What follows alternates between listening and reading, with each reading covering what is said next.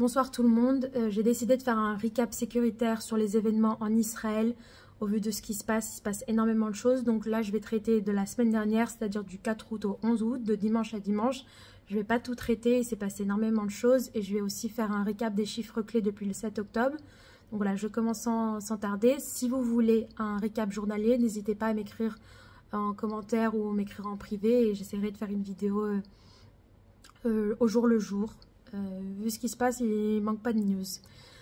Bref, donc les chiffres clés que je vous donne viennent de l'INESS, donc c'est un centre de recherche de l'université de Tel Aviv qui actualise en temps réel ces chiffres.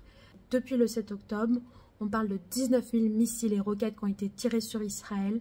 On parle de plus de 78 000 personnes qui sont déplacées en interne en Israël, c'est-à-dire qu'ils ne peuvent pas rentrer chez eux du fait des menaces sécuritaires qui planent sur leur maison. On comprend nord et sud. On parle de 115 otages toujours retenus par le Hamas à Gaza. Un chiffre qui est moins connu, depuis le 7 octobre, il y a plus de 17 000 blessés en Israël. Le chiffre exact de personnes qui ont été tuées, c'est 1657. Donc pour les soldats qui sont tombés au combat, depuis le 7 octobre, c'est 689. Et depuis l'opération terrestre à Gaza, c'est 331. Voilà, que la mémoire de toutes ces personnes, soldats et civils, soit source de bénédiction. Maintenant, je vais parler donc des événements qui se sont déroulés. Comme je l'ai dit, c'est une sélection. Je ne peux pas traiter de tout. Donc je commence avec, de manière chronologique, l'attaque terroriste à Holon, qui a eu le 4 août, une attaque au couteau qui a coûté la vie à 2 personnes et qui en a blessé 3 autres. Holon, pour ceux qui ne savent pas, c'est une ville proche de Tel Aviv, voilà, 20-30 minutes en transport en public. On a eu également la découverte de tunnels actifs entre Gaza et l'Égypte. Donc ces tunnels ont été documentés puis démolis.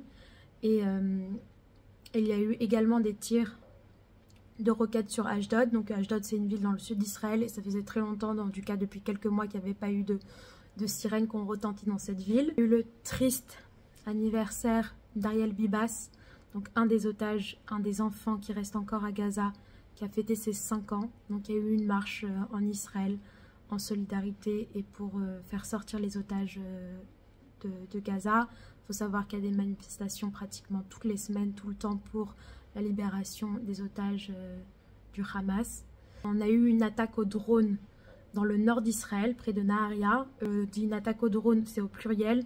Il y a eu 19 personnes qui ont été blessées et malheureusement, il n'y a pas longtemps, une des personnes qui avait été gravement blessée, qui a succombé à ses blessures, s'appelle Mihai Samara. Il avait 27 ans. La famille a décidé de faire don de ses organes. Depuis le 8 octobre, de manière générale, le Hezbollah attaque de manière incessante Israël, que ce soit des attaques aux drones, artillerie, missiles, voilà. Le Hezbollah attaque depuis le 8 octobre en solidarité pour le Hamas. Du fait de l'attente, on va dire, très inquiétante en Israël face à l'élimination d'Ismaël Haniyeh au cœur de Téhéran en Iran, il y a un renforcement de la présence américaine dans la région, donc notamment le déploiement d'avions de chasse F-22. De manière générale, le climat, c'est un climat d'attente d'une riposte iranienne. Donc en Israël, on se prépare aux scénarios les plus catastrophiques, aux plus compliqués. Donc notamment des villes comme Haïfa qui sont dans le nord d'Israël se préparent et préparent la population psychologiquement à rester quelques jours, voire dans des abris. Et aujourd'hui même, donc 11 août, on a eu une attaque à l'arme à feu dans la vallée du Jourdain qui a coûté la vie à une personne environ d'une vingtaine d'années et qui a blessé une autre personne. Et de manière générale, voilà, les combats continuent, que ce soit au nord ou au sud, les combats à Gaza et les sirènes retentissent pratiquement tous les jours dans le nord d'Israël.